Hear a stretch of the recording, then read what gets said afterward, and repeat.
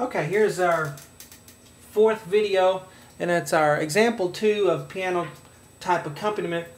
And you really only have two kinds, and a combination of those two kinds, which is the chord accompaniment, and that we just did in the previous lesson, and arpeggiated accompaniment, which is, I'll play the example for you here.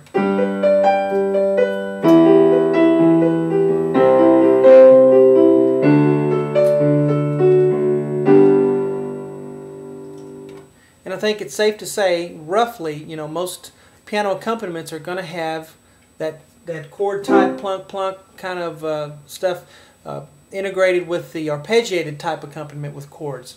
And because that's really all music is, it's chords and scales. And you're not going to be playing, you know, scales when you're doing accompaniment for an Elton John song. So this will take you far, I think. So let's go through the steps. You have the 5 steps that you've written out, and let's listen to the recording again.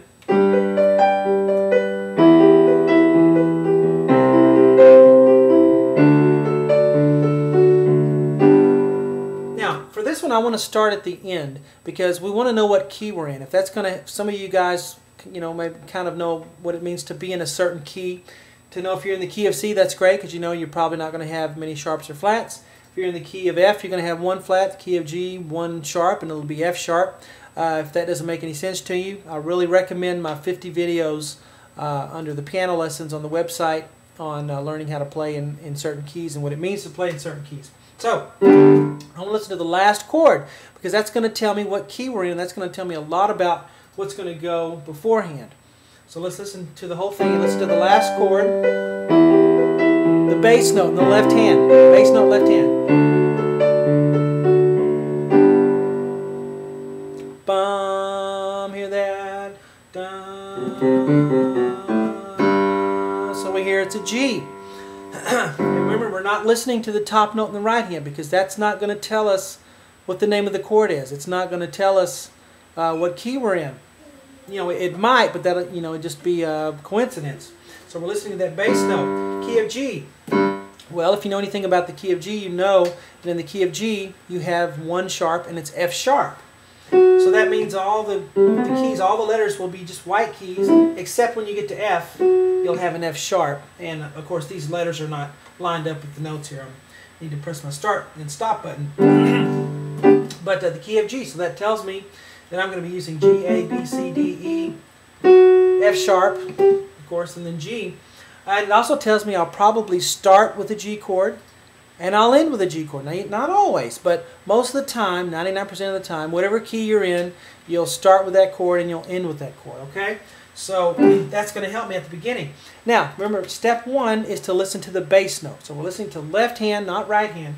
So just the very beginning. Let's do it again. The bass note on the left hand. And we actually hear 2 notes. They're actually the same note because I'm doing an octave, right? Bass, left hand in piano in contemporary accompaniments is going to be doing an octave most of the time. Bum. So it's a G, okay? So no big deal there. So let's write our horizontal line all the way across. And we have a G to begin with.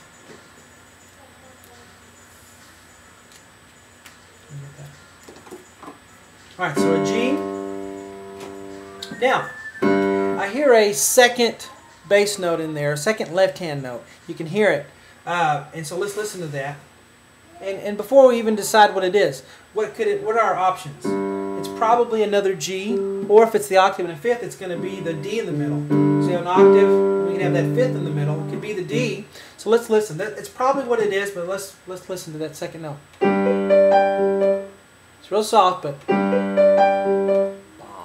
bum, bum, no, bum, and there it is. So I don't have to do any more searching. So you see, you narrow it down by knowing that's probably going to be a G or a D. All right, bum, bum. So I'm going to go ahead and write that, and I'm going to leave a little room because I might have some right hand notes in there that come in between. So G to G there. Now let's listen to the right hand. Okay. Now, before I even do it, probably, most likely, what I have in the right hand will be some form of a G chord because we're in the key of G.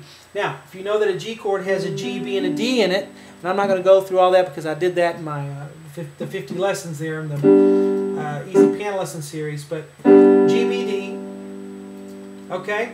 I'm gonna be looking for that when I'm playing my right hand. I'm gonna keep that in mind. It's probably gonna be GBD of some sort. So let's listen to the right hand.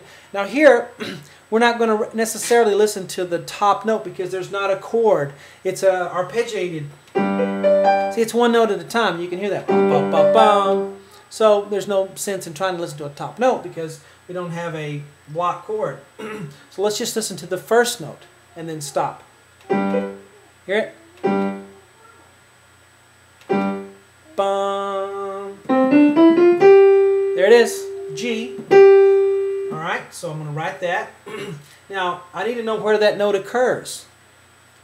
Hear how it happens exactly with the first note of the left hand? Bum, they both happen together. And I'm really just going through this and isolating piece by piece. And this is really what you have to do. When I was a kid, we only had record players.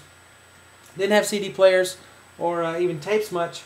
And you know, I'd have a record player and I would play just that one little part and then lift the needle up and then put it back down, listen to it again over and over and over again until I could hear that. Alright? And the record player wasn't near the piano, so that was a lot of work there. Now it can be a lot more convenient. So I'm going to line up the G and the G and I'm going to draw a line there like I always do. Now we're going to listen for the second note of the right hand. And you want to sing it. Bum bum, bum bum, bum bum, no, bum bum, no, bum bum. There it is. G, B.